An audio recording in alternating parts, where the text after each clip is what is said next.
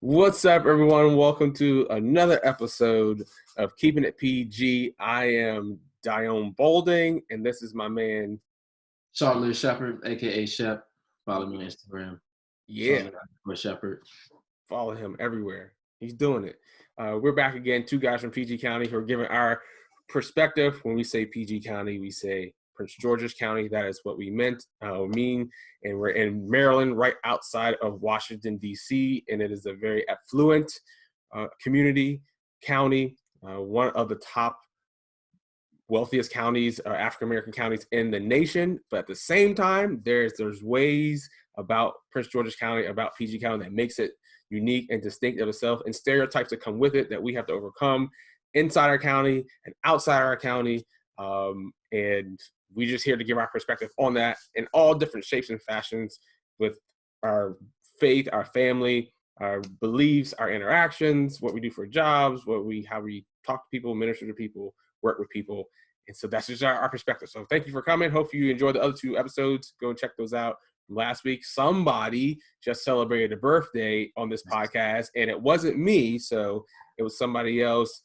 Shep, how was your birthday, dude? Tell us about it. It was as great as it could be. My wife did some pretty cool stuff, decorated the kitchen and put happy 25th birthday and, laid out balloons, and we got some dope glasses, bro. Oh, I saw those. Dope glasses. Just having fun, man. She made it as fun as she could, and I like to be lazy. That is no secret. I like to be lazy. That's my hobby. When I don't have anything else to do, it is don't bother me. I'm going to sit and do nothing. So vacation, that's people like, what do you do on vacation? Nothing. Like, what do you mean? I can go on vacation and just sit in a room. Just as long as I'm away from people. You know what I mean? Like, not me. Vacation. No, don't put me on a hike on vacation. I'm not sweating. But yeah, man, I had fun, man. We did some, we watched movies and chilled out, man, and just talked about our future, kind of just established what we wanted to do this year and next year, and how we want to, whatever we do, we want to be able to bless people. We want to be able to use what God's given us to be able to bless folks. So hopefully on my 26th birthday, I'm in a whole new scenery, whole new location, whole new mindset, all that stuff, man. So yeah, that's great. Dope. That's dope. My man is a quarter century old now. 25 years on this planet. That's awesome. I was going to ask you, do you know where those glasses come from? Like, what theme the sunglasses? My brother said they were Roblox glasses. Roblox or Minecraft. Look, you up and up. You up. I got kids that are a little older, like my kids. I don't know. Your daughter might be into Minecraft and Roblox. My youngest, he's all about it. So I was like, oh, Chef, you play Minecraft or Roblox? My brother said the same things. I worked in a rec center, bro. Those Roblox glasses. That's tight. That's cool. Yeah, my past week was pretty good as well. We finished up our project in the house, or just about finished up a project in the house. I got to take back a lot of things because I kept buying the wrong stuff. I hate going back and forth to Lowe's, because if you're like me, I'm trying to do it all in one shot. Like, I need this, need this, need this, need this. Like, I don't want to come back here. And I got to wear the whole mask and like the whole quarantine and social distancing. I'm like, I want to go in one time. Bro, I went to Lowe's, I don't know how many times. And I got a whole pile of stuff that I need to take back because I got it wrong size. And the return line was always long. And so I was like, you know what? I'll just go get the right size and I'll just do a big return day. I got so much stuff there I got returned because I just wouldn't want to stand in line. I want to get in and get out. So I'm going to go and actually, they're going to be like, what did you steal the stuff? And are you trying to bring it back? Like, no, I just bought too much of the wrong stuff. I learned that experience, bro. Every time my dad went to Home Depot or Lowe's, it was not a one day. We did not go once, bro. Because you always get the wrong stuff, or you need an extra screw or extra. I'm like, that's why I don't build stuff. I'm just going to hire somebody who knows what to buy, and they can buy it.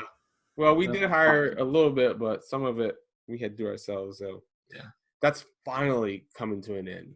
Just got to do some little odds and ends, and now we button that up. But that was my week, getting that all back done. And then I do have something to share from this past week for our end of our podcast, Two Wrongs, Two Rights. And Yeah, we'll share that. But this podcast today is about us just giving more about our experience growing up in Prince George's County. And we're titling this, man, if I can put this across the screen and come across the screen, it'll be tight. But in titling this Only in PG, we're saying only in PG because it's such a PG thing. It probably happens throughout the nation, but we say it's only in PG that this stuff happened. And again, we have different experiences from going all different places throughout the county, from Shep being with his dad taking him where sports took him and his experience with that. From me growing up in different parts of the county and experience it. So we're just going to give some stories, some reminiscing. I don't know what he's going to share, and he doesn't know what I'm going to share. And we're going to do our best to keep it short, sweet, and concise. But this is just some of our experiences growing up in this wonderful county, in this, but also odd, weird, stereotype county as well. And give an experience. So do you want me to go first? You want to go first? You go ahead, man. I'm interested. All right. So I'm gonna tell you about one when I was a kid. So I'm 10 years older than Shep. But when I was a kid, I grew up in Peppermill Village, which is in a middle class, lower middle class area. At least when I was growing up, it's still kind of the working class kind of vibe there. And where we live on Valley Park Road, and the rec center was right behind our house. And so we would literally like hop our backyard fence and walk up the hill, up the little grass through the trees, and we're actually on the rec center property. And so when we were kids, really small, we were not allowed to go up to the rec center. That was like, back then, nothing really good happened at rec center, like in my parents' view, even though the people inside the rec center did their best to keep the community safe. And like my parents, like, you're not hanging out at the rec center. But when we got a little older, my parents allowed us as a group to go. So my older brother, who's 3 years older, and a group of us, if we were all going, we could go. So this day we decided to go to the rec center, and we're going to play basketball. So when I was a kid, the portable basketball hoops had just become a thing. Like before that, you had to like put a pole in the ground, cement and all that, or put it on your garage. We didn't have that, and not in Peppermill, no garages, nothing like that. So our friend got a portable basketball with the wheels and all that, but no one was able to wheel it out to the curb. So we could not play. So we're like, let's go to the rec center. But we hated going to the rec center to play basketball because this will always happen. This is what I mean. This is so PG. We would go up to play the rec center. We play on an outdoor court. And we're like, the average age is probably 10. So we're 12 to 8-year-olds. We're all in that same older brothers with little brothers playing. We would go to the rec center and we'll be playing 33, or we'll be playing 3-on-3, 4-on-4, whatever it might be. And this term, they don't say it anymore, but this term was called bum rush, right? So we knew the term, what it meant to, like, for kids or somebody to take over something, to bum rush you. I don't know why it's called bum and rush behind it. I don't know if there were Russian bums at some point, why that's the term, but it was called bum rush. And so we would see it happen all the time. Some kids would be playing, and then some older kids or some old, like, men would come and they would just bum rush the court. They would take over the court. And so we knew if we go up there, we're like, look, if we were to ride our bikes up there, we're gonna go up there, we're not getting bum rushed. Like, we're not. Like, we don't care if whoever show up, we're not gonna get off till we're done our game. Like, none of us checking out. Like, we made a pact. Like, all of us doing our little kids. Like, we're not getting off the court. So we're up there playing, and of course, here come some teenagers, older teenagers, late teens, early 20s. They're coming, and they got their ball, and they're gonna play. And we're like, don't make eye contact. Like, don't even look at them. Like, we were like, check ball. Like, act like they ain't even here. But they're just shooting around us. They're just shooting around us. And usually what would happen, we would just be like, hey, we trying to play. They're like, nah, not anymore. Y'all ain't play. Like, we're here now. And we would just like, dang. Like, and we would just go move to the sideline. Like, that's it. But today, it's not the day. We're not going off the court. And so we aren't moving. And I don't know if you can hear that. Of course, they got to be doing yard work next door. But so we're not moving. The dudes are like, they're getting irritated with us. They're trying to be nice at first. They're like, we would, the ball would go out of bounds, and they wouldn't like the ball, check ball, like, hey, that's our ball. They were like, nah, we playing now. So someone would go with the ball, we go back to play. Yo, This guy comes up and he sees us. This other guy shows up, parks up, walks down to the court. He's a little older, and he's like, "Y'all gonna play? Y'all gonna play?" They're like, "These kids in the way. They ain't trying to get out the way."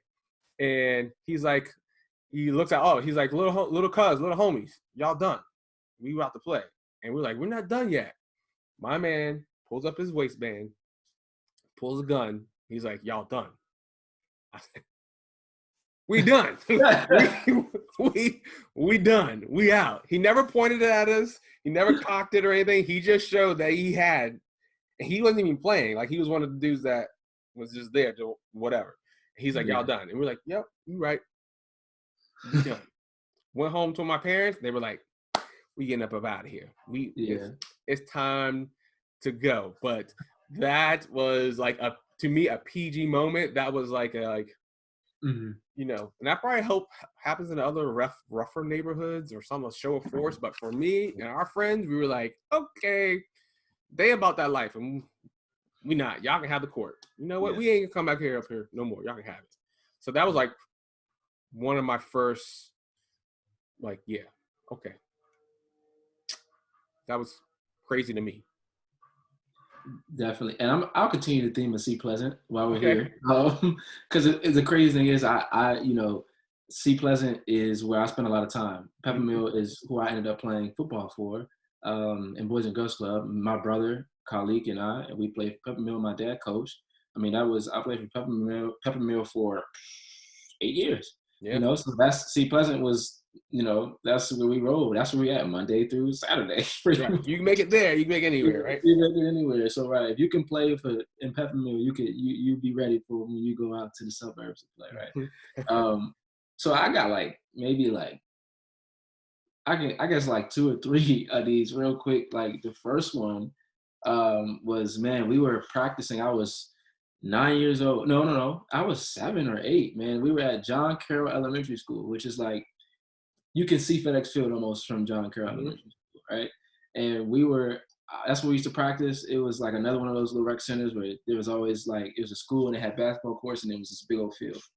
And we practiced there with probably like 2 or 3 other teams, right? And, you know, as kids, you just out there, you ain't paying attention. But like, I remember one practice, like we heard what sounded like firecrackers or gunshots, but I was too young. So I'm just like, I'm not even paying attention. But like practice started like 15 minutes ago. Our coaches just look at everybody and they like, go home. We like, go home. Like, what do you mean? Like, everybody was like, yeah, you know, everybody's excited. Go home. And they're like, I'm like, yo, and I was so small at the time, dude. I think I was still riding in the booster seat to practice. And like, that was the first time I realized kind of like, oh, snap. Like why did you cancel practice? Oh, they was shooting. I'm like, oh. This is where I play Little League football at, right? That's just like, that's just like the first one. Like, then I got older, man. My dad was coaching this team, and we were leaving practice or film or something like that, and it was dark. You know, this is like right around where it's got dark. It starts to get dark early, like when that time hits. And me and my dad are driving from I think it's Oakcrest. Is it? I think Hillcrest. Hillcrest. Is that right? Yeah, Hillcrest Elementary School, and that's where we practiced at as we got older. And we're driving up the hill to go past the rec center. So like, you go past the rec center, it's like a little slope down. We're going up the hill. We see one of our players running